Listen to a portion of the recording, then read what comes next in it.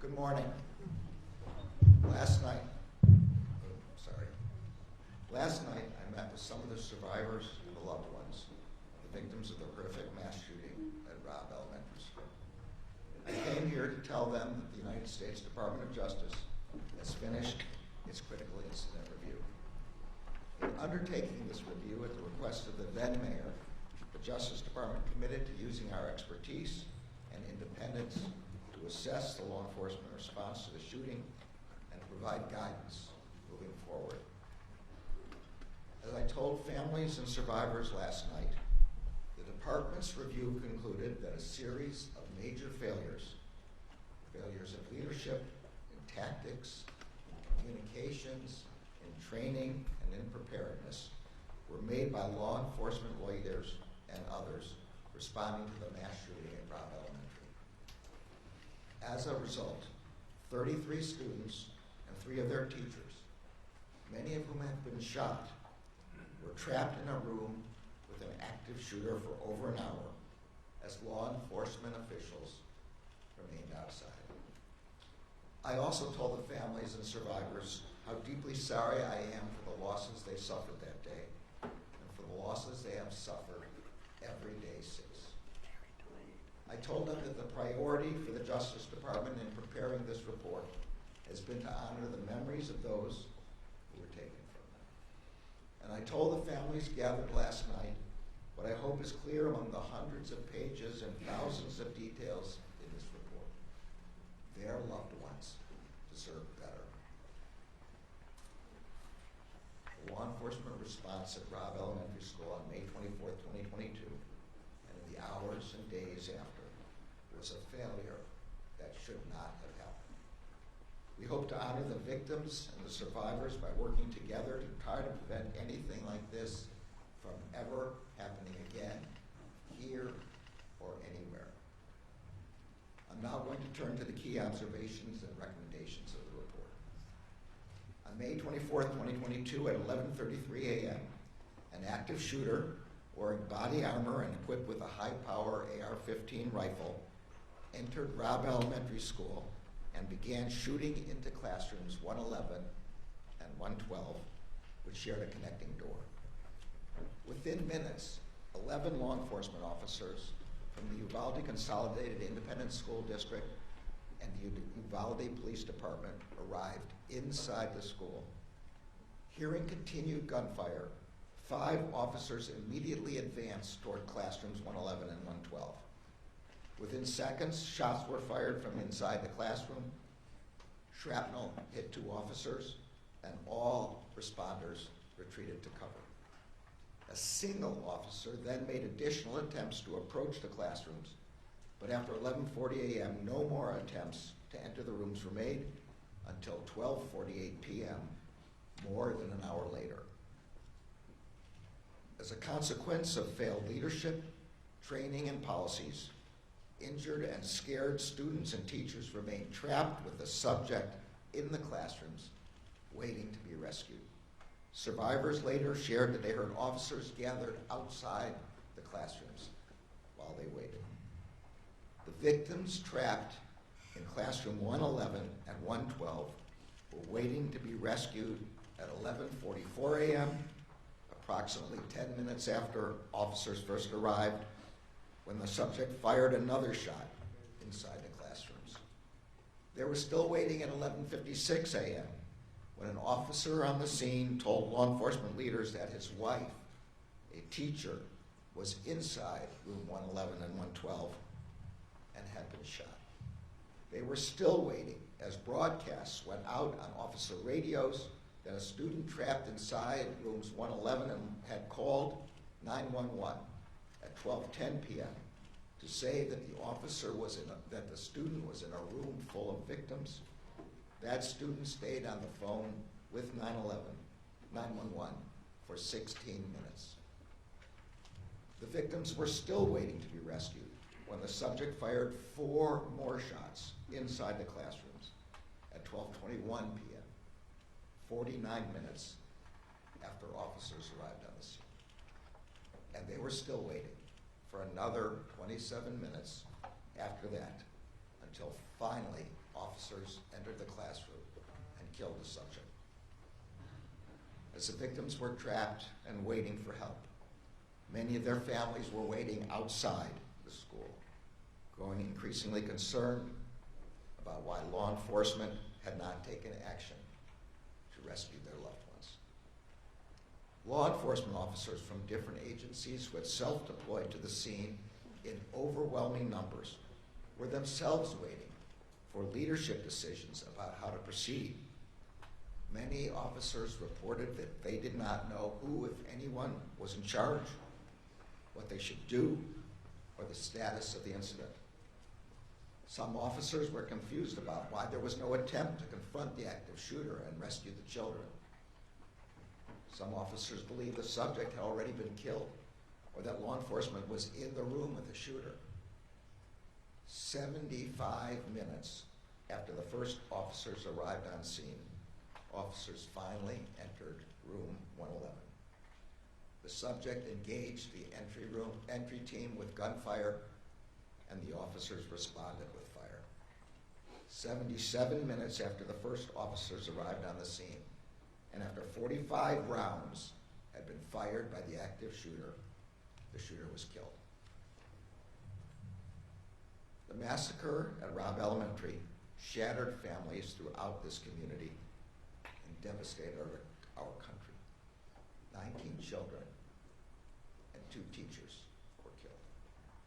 And untold numbers of students, teachers, and law enforcement officers were injured. The law enforcement response to the mass shooting at Robb Elementary was a failure. As the threat posed to our country by mass shootings has grown and evolved over the past several decades, law enforcement's response tactics have also changed. The massacre at Columbine High School 25 years ago, and the 47 minutes it took for law enforcement to enter that high school, marked a major shift in how law enforcement leaders think about responding to mass shootings. It is now widely understood by law enforcement agencies across the country that in active shooter incidents, time is not on the side of law enforcement. Every second counts. And the priority of law enforcement must be to immediately enter the room and stop the shooter with whatever weapons and tools officers have with them. That is the approach responding officers first employed when they arrived at Robb Elementary School. But within minutes of arriving inside the school, officials on scene transitioned from treating the scene as an active shooter situation to treating the shooter as a barricaded subject. This was the most significant failure. That failure meant that law enforcement officials prioritized the protracted evacuation of students and teachers in other classrooms instead of immediately rescuing the victims trapped with the active shooter. It meant that officials spent time trying to negotiate with the subject instead of entering the room and confronting him. It meant that officials asked for and waited for additional responders and equipment instead of following generally accepted active shooter practice and moving toward the shooter with the resources they had. It meant waiting for a set of keys to open the classroom door, which the report concludes was likely unlocked anyway. And it meant that the victims remained trapped with the shooter for more than an hour after the first officers arrived on scene. There were also other failures in leadership, command, and coordination. None of the law enforcement leaders at the scene established an incident command structure to provide timely direction, control, and coordination among the enormous number of responders who arrived on scene. This lack of a command structure, exacerbated by communication difficulties, contributed to confusion among responders about who was in charge and how they could help. These failures may also have been influenced by policy and training deficiencies at responding law enforcement agencies. Some lacked any active shooter training at all. Some had inappropriate training, some lacked critical incident response training, and the vast majority had never trained together with different agencies. As Associate Attorney General Vanita Gupta will discuss in further detail, the chaos and confusion that defined the law enforcement response while the shooter remained a threat also defined the aftermath of the shooting. For example, surviving victims, some with bullet wounds and other injuries, were put on buses without being brought to the attention of medics. Some families were told that their family members had survived when they had not. And victims, families, and community members struggled to receive timely and accurate information about what had occurred at Robb Elementary. The Justice Department's objective in preparing this report was threefold. First, to honor the victims, the survivors, and their loved ones. Second, to provide a clear and independent accounting of the law enforcement response to the horrific attack that devastated this community. And third, to provide law enforcement agencies and communities across the country with analysis and recommendations about how what happened at Uvalde should inform efforts to prepare themselves for and respond to mass shootings. Policing is a noble profession. It is also a hard one. It requires training and constant education about evolving threats. The report includes widely accepted recommendations that have been adopted by law enforcement agencies across the country about how to prepare for and respond to active shooter situations. Before an active shooter incident occurs, law enforcement agencies have a responsibility to ensure that their leaders and all their officers are trained to focus on rapid response, trained that the first officers on the scene must focus on eliminating the threat and protecting the victims most in danger. Law enforcement officers responding to an active shooter must be prepared to take charge, to establish a unified command, and to facilitate communications, operational coordination, and allocation and delivery of resources. They must continually assess and adjust as the incident evolves. And in the aftermath of a mass shooting, law enforcement and government agencies must provide the public with a sense of trust and confidence by communicating openly, clearly, and compassionately during a time in which many are learning the most devastating news that any human being can receive. The victims and survivors of the mass shooting at Robb Elementary on May 24th, 2022 deserve better. First and foremost, the 19 children and their 2 teachers who were stolen from their loved ones should be here today. They never should have been targeted by a mass shooter. We must never forget the shooter's heinous act that day. And the victims and survivors should never have been trapped with that shooter for more than an hour as they waited for their rescue. The families of the victims and survivors deserve more than incomplete, inaccurate, and conflicting communications about the status of their loved ones. This community deserves more than misinformation from officials during and after the attack. Responding officers here in Uvalde, who also lost loved ones and who still bear the emotional scars of that day, deserve the kind of leadership and training that would have prepared them to do the work that was required. Our children deserve better than to grow up in a country where an 18-year-old has easy access to a weapon that belongs on the battlefield, not in a classroom. And communities across the country and the law enforcement officers who protect them deserve better than to be forced to respond to one horrific mass shooting after another. But that is the terrible reality that we face.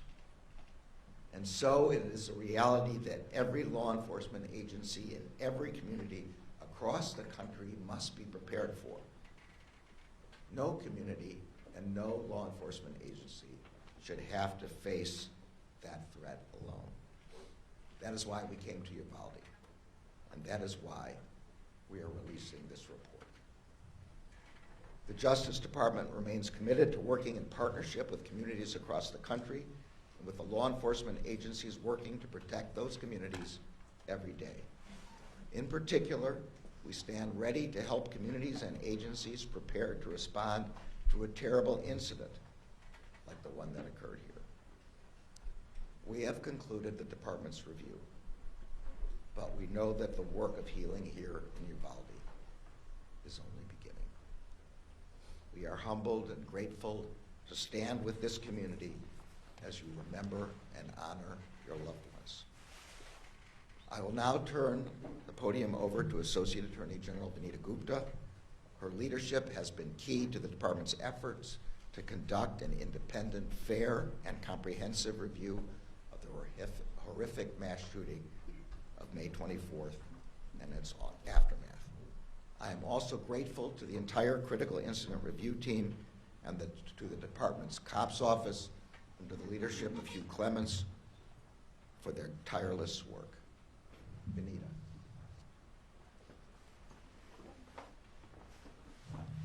Thank you, Mr. Attorney General.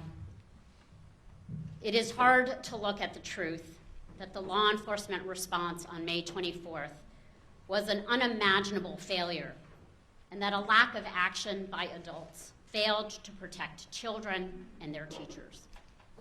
But we cannot look away from what happened here. We cannot look away from these children, and we cannot look away from what happened in Uvalde.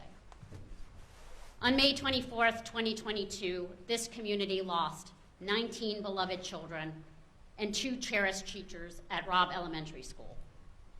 In the days and weeks following, this community also lost a sense of faith and trust in their own neighbors and institutions as they tried to make sense of what happened on the 24th and were unable to get the answers they needed. During that time, the then mayor of Uvalde called me to ask the Justice Department to conduct an independent review of what had happened and what went wrong on May 24th and in the days that followed. Shortly after, the Justice Department began its review. The Attorney General just gave a sense of the detailed timeline that we have laid out and the cascading failures that occurred over the course of 77 minutes between when law enforcement arrived on the scene and when they finally entered the classroom.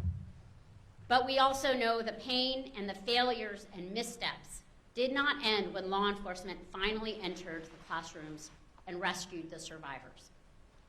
It continued at minute 78, when it became clear that because there was no leader, there was no plan to triage the 35 victims in classrooms 111 and 112, many of whom had been shot. Victims were moved away without precautions. Without appropriate precautions, victims who had already passed away were taken to the hospital in ambulances, while children with bullet wounds were put on school buses without any medical attention. In the commotion, one adult victim was placed on a walkway, on the ground, outside to be attended to. She died there. The reunification and notification process for families was similarly chaotic, and as some of the families described, truly deeply painful. During and after the 77 minutes, families and survivors received unclear and sometimes conflicting information about where to go to reunite with their loved ones. Many family members waited at the school for hours without status updates, not knowing where their children were, if they were safe or hurt, or even alive. Families searching desperately for their loved ones were sent to different places all across town: the high school, the civic center, the hospital. Some of these details are gut-wrenching. Families hearing about the need for autopsy results as the first indications that their loved ones may not have survived. At one point, hours after the shooting, an official incorrectly told families waiting for their children at the civic center that an additional bus of survivors was coming. It did not. Inaccurate and inconsistent public communications, including social media posts and press conferences, only made things worse. At 12:06 p.m., law enforcement posted on Facebook, reassuring parents that, quote, students and staff are safe in the buildings, close quote. That false reassurance was never corrected. An hour later, law enforcement inaccurately posted on social media that the shooter was in custody. That post, too, was never corrected. Both impromptu and scheduled news conferences and media engagements contained inaccurate, incomplete, and at times conflicting information. Mirroring the failures of the law enforcement response, state and local agencies failed to coordinate, leading to inaccurate and incomplete information being provided to anxious family and community members and the public. We also know the pain following a tragedy like this endures, and that the support this community needs has often been missing. And we cannot talk about what happened at Robb Elementary School without reckoning with the fact that this tragedy took place somewhere all children should feel supported and cared for and safe. Our report documents missteps in school safety preparation that contributed to this tragedy, including that the campus safety plan was effectively a template and included security measures that were not even available at Robb. That there was a culture of complacency around locked door policies with interior and exterior doors routinely left unlocked, and that confusion over where to find a master key to unlock classroom doors contributed to the significant delay in entering classrooms 111 and 112. As I made clear last April when I came to Uvalde to meet with families, and as we reiterated to families last night, this report not only looked backwards, but also identifies lessons learned and recommendations for other communities to prevent something like this from happening again. No law enforcement agency or community can assume that what happened here, or in Newtown, or in Parkland, or in Columbine can't happen in their community. That is our reality. This report offers 273 recommendations for law enforcement agencies and other officials in every community. That includes a series of recommendations for law enforcement and government agencies preparing for and responding to mass shooting incidents and active shooter incidents as they occur. In the immediate aftermath of an active shooter incident, law enforcement leaders must continue to provide guidance and direction to all first responders, including triage planning to ensure that emergency personnel can access victims as soon as possible. Law enforcement and government officials must provide proactive, timely, and accurate information, notifications, and give community members as much information as appropriate at any given time to help avoid or mitigate rumors, uncertainty, and unnecessary worry. If an organization shares incorrect information with the public, it should be open about it and correct that mistake. In the days, weeks, and years after a devastating attack, survivors, the family members of victims, community members, law enforcement, and other first responders, and their families should continue to be offered both immediate and ongoing trauma support. The Justice Department remains committed to the Uvalde community. Federal Victims of Crime Act formula funds are being used to support victim services in Uvalde, and our Office for Victims of Crime is working with the state of Texas and the Uvalde community to complete the application for supplemental Justice Department funding that is going to enable continuing services for victims, survivors, and their families. And through our COPS office, the department has also awarded the local school district substantial funding over the past 2 years through our school violence prevention program to help this community continue to improve school safety and security. Before we started this review, we consulted with the International Association of Chiefs of Police to build out a team of experts, including several law enforcement leaders who have ably led their communities through mass violence events. I am grateful to those leaders who lent their expertise to us and to our COPS office team for their immense dedication and commitment. Together, the review team's work included reviewing more than 14,000 pieces of data and documentation, including policies and procedures, training logs, body camera and closed-circuit television footage, photographs, and more. They made 9 visits to Uvalde for a total of 54 days in this community. They conducted more than 260 interviews of individuals from more than 30 organizations and agencies, including responding law enforcement and survivors, family members, victim services providers, and school and hospital staff. They travel throughout the country to review generally accepted practices and contemporary active shooter training courses. Other organizations and news outlets have documented parts of what happened on this horrific day. But all of this work has led to a Justice Department report that is both the most detailed and broadest in scope, looking beyond the immediate incident to include the communications, victim services, and school safety aspects of this tragedy, as well as the post-incident response and investigation and pre-incident planning and preparation.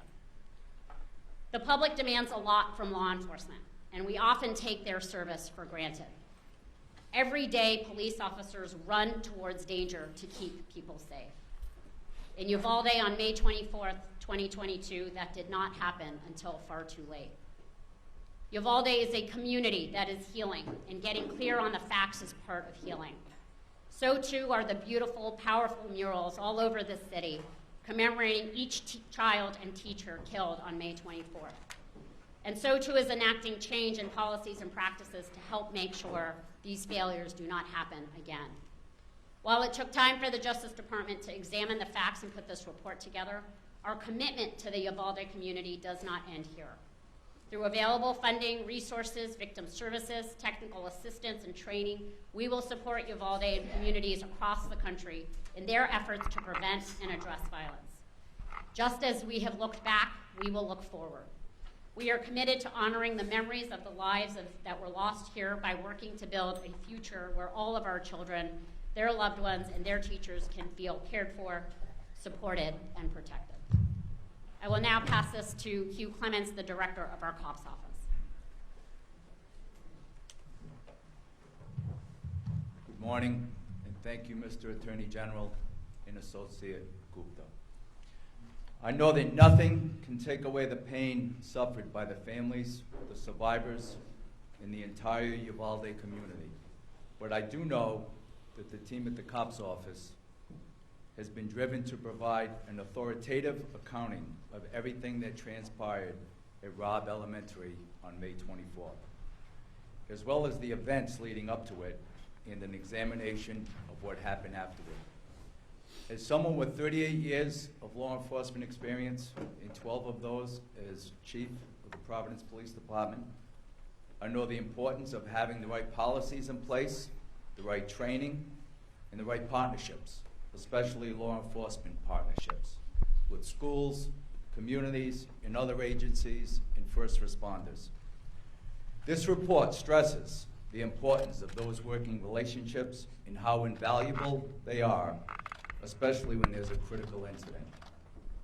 Of course, no one ever thinks something like this is going to happen in their community until it does, which is why the recommendations we provide in this report are so critically important. Unfortunately, the review of the mass shooting at Robb Elementary School is not the first critical incident review that the COPS office has conducted. But having done this before, we know the value of the information provided.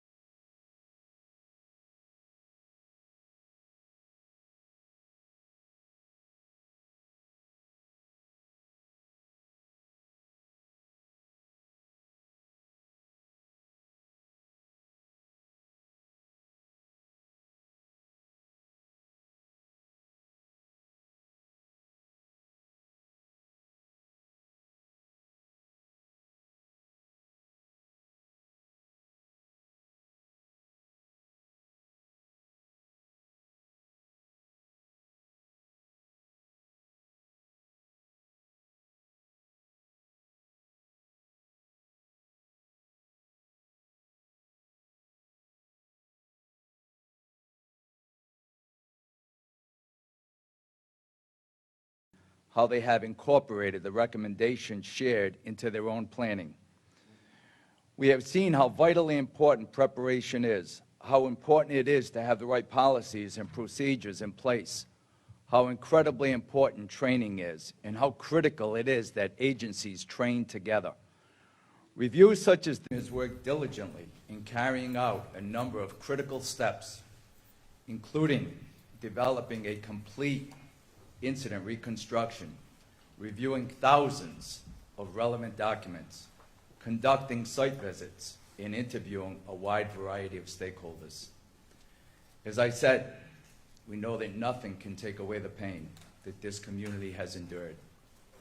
But we were dedicated to providing this community with a transparent, independent, and thorough review of what happened. And I believe that this report has done just that. Thank you. Great. Raise your hand if you have a question. Right here. All right, Delaney, and then Lucy. Thanks. Mr. Attorney General, you just described how the government found the failure to try law enforcement. But the report also makes a point of withholding the names of all of the most senior law enforcement officials. Does this report sufficiently hold accountable individuals responsible for failures? So the report is an analysis of what happened at Uvalde, including by everyone at Uvalde, all responding agencies. It concludes that this was a failure of leadership, and so all members of the leadership who failed were identified. It also identifies individual officers by rank and by what agency they're from, but the standard practice of the Justice Department in these critical incident reviews is not to name those who are not listed as at fault, and particularly not to name those in lower ranks who acted on the scene. Next question. Lead case at 12. I have two questions for you, Mr. Attorney General. Your report here names Pete Arredondo and Mario Vargas as leaders in this incident that happened at Robb Elementary. Had they acted in a way that was put out as guidelines after the Columbine shooting, would lives have been saved on May 24th? I think the report concludes that had the law enforcement agencies followed generally accepted practices in an active shooter situation and gone right after the shooter to stop him, lives would have been saved and people would have survived. My second question for you, sir, based on this report, we know at this point no criminal charges have been filed against anyone who responded that day. Based on what you all found in this report, should the Uvalde County District Attorney file any criminal charges for the law enforcement officers who responded that day? Well, I'm going to leave that question for the DA. Just to explain for everyone, the Justice Department only has criminal jurisdiction where federal crime has occurred. The shooter here is dead, and there's no federal criminal jurisdiction. What we've done is responded to the mayor's request that mayor's request for a critical incident response examination to determine the manner in which the agencies responded and to provide recommendations for the future, and that's what we've done. Next question. Tribune. Texas Tribune. Mr. Attorney General, you identified one of the objectives of this analysis to provide law enforcement agencies with recommendations that are nearly 300. Could you talk a little louder? Which recommendations do you think law enforcement agencies should undertake immediately? What's the most urgent issue? Yeah, so the most significant failure and therefore the most significant and urgent thing for law enforcement to do is active shooter training, which provides that when an active shooter is in a building or anywhere else, the first priority is to stop that shooter and to remove people who are immediately endangered by that shooter. And that requires tactical training. That's the first thing. Say the second thing is critical incident response. Establishing who's going to be the on-site commander, making clear to all other agencies that that person will be the on-site commander. That again requires training and practice in response. Last. One more and then what? Should joint training be mandated across the country? I'm not sure what the word mandated here means. I think it's absolutely necessary that in any circumstance where there's going to be more than one agency responding, and that's going to be in any school situation, all the possible agencies should train together in order to establish lines of communication, command structure, and communications structure in particular. Here radios were not interactive. People did not have a way to talk to each other, and make sure that everybody's following the same strategy. Last question, Uvalde Leader News. Attorney General, some have suggested that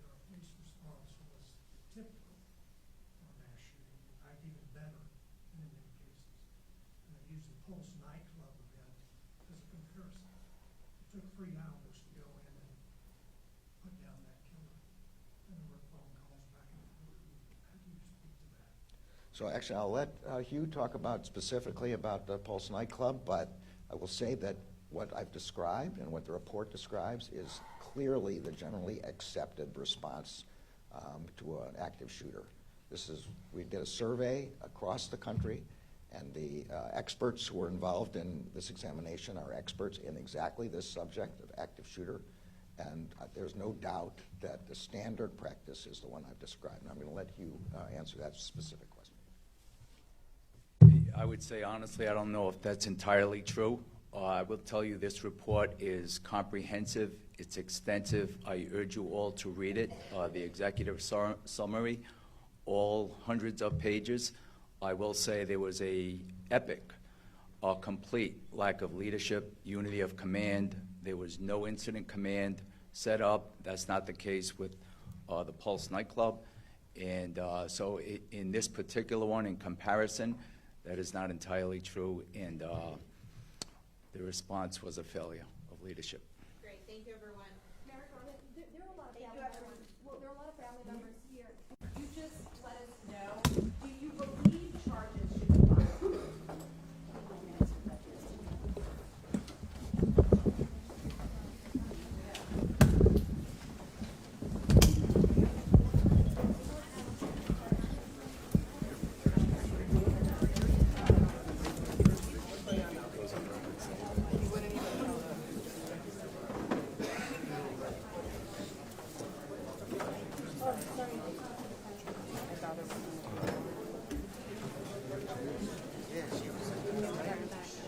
Yeah, who's here? Veronica.